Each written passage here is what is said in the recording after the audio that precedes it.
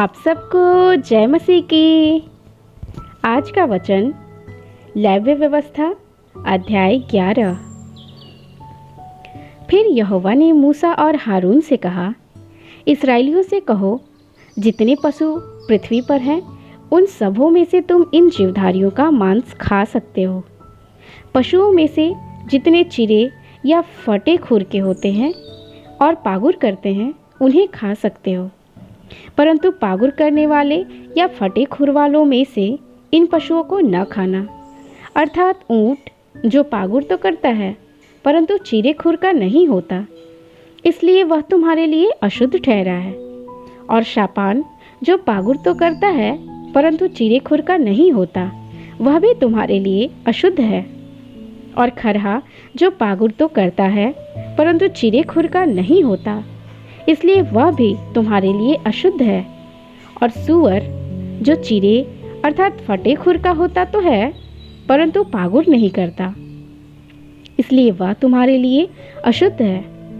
इनके मांस में से कुछ न खाना और इनकी लोथ को छूना भी नहीं, ये तो तुम्हारे लिए अशुद्ध हैं। फिर जितने जल जंतु हैं उनमें से तुम इन्हें खा सकते हो, अर्थात समुद्र या नदियों के जल जंतु में से जितनों के पंख और च्योंटे होते हैं उन्हें खा सकते हो। और जलचरी प्राणियों में से जितने जीवधारी पीड़ा पंख और च्योंटे के समुद्र या नदियों में रहते हैं वे सब तुम्हारे लिए घृणित हैं। वे तुम्हारे लिए घृणित ठहरे, तुम उनके मांस में से कुछ न खाना और उनकी लोथों को अशुद्ध जानना। जल में जिस किसी जंतु के पंख और चोंटे नहीं होते वह तुम्हारे लिए अशुद्ध है।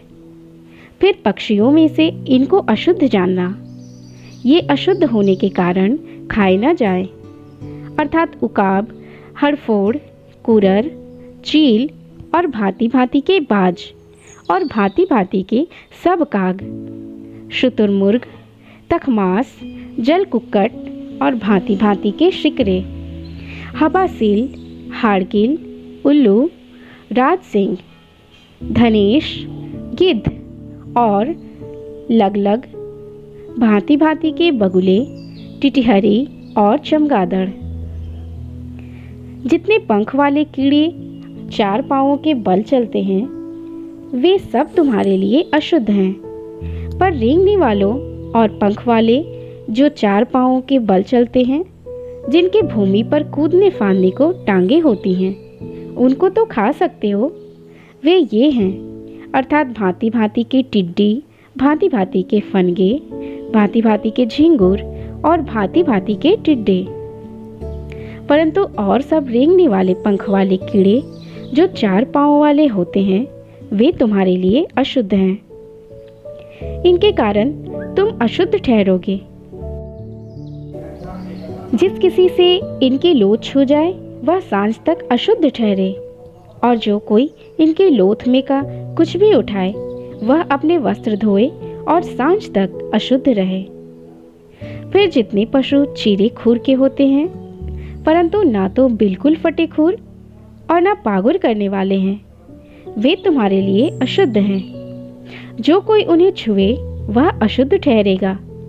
और चार पांव के बल चलने वालों में से जितने पंजों के बल चलते हैं वे सब तुम्हारे लिए अशुद्ध हैं। जो कोई उनकी लोथ छुए वह सांझ तक अशुद्ध रहे, और जो कोई उनकी लोथ उठाए वह अपने वस्त्र धोए और सांझ तक अशुद्ध रहे, क्योंकि वे तुम्हारे लिए अशुद्ध हैं।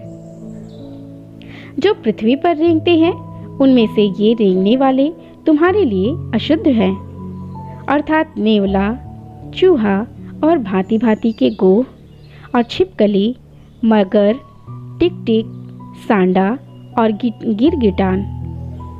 सब रेंगने वालों में से यही तुम्हारे लिए अशुद्ध हैं।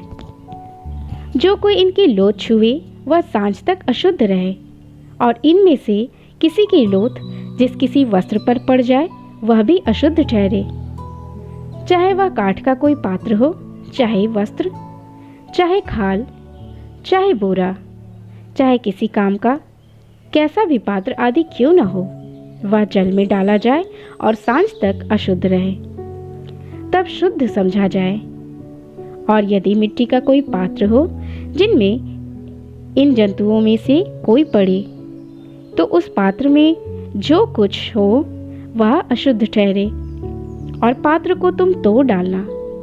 उनमें जो खाने के योग्य भोजन हो जिसमें पानी का छुआ हो वह सब अशुद्ध ठहरे। फिर यदि ऐसे पात्र में पीने के लिए कुछ हो तो वह भी अशुद्ध ठहरे। और यदि इनकी लोथ में का कुछ तंदूर या चूल्हे पर पड़े तो वह भी अशुद्ध ठहरे और तोड़ डाला जाए, क्योंकि वह अशुद्ध हो जाएगा, वह तुम्हारे लिए भी अशुद्ध ठहरे। परंतु सोता या तालाब जिसमें जल इकट्ठा हो वह तो शुद्ध ही रहे, परंतु जो कोई इनकी लोथ को छुए वह अशुद्ध ठहरे। और यदि इनके लोथ में का कुछ किसी प्रकार के बीज पर जो बोने के लिए हो पड़े तो वह बीज शुद्ध रहे। पर यदि बीज पर जल डाला गया हो और पीछे लोथ में का कुछ उस पर पड़ जाए तो वह तुम्हारे लिए अशुद्ध ठहरे। फिर जिन पशुओं के खाने की आज्ञा तुमको दी गई है, यदि उनमें से कोई पशु मरे तो जो कोई उसकी लोथ छुए वह सांझ तक अशुद्ध रहे। सब प्रकार के पृथ्वी पर रेंगने वाले जंतु घिनौने हैं, वे खाए न जाए।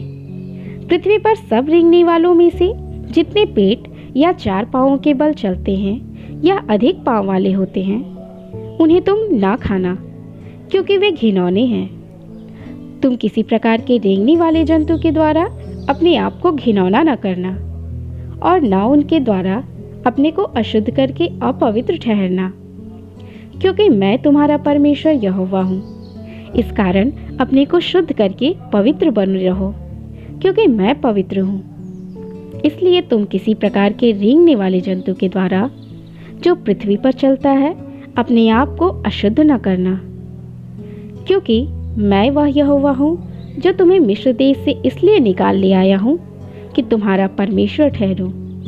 इसलिए तुम पवित्र बनो, क्योंकि मैं पवित्र हूँ। पशुओं, पक्षियों और सब जलचरी प्राणियों और पृथ्वी पर सब रेंगने वाले प्राणियों के विषय में यही व्यवस्था है कि शुद्ध, अशुद्ध और भक्ष और अभक्ष जीवधारियों में भेद किया जाए।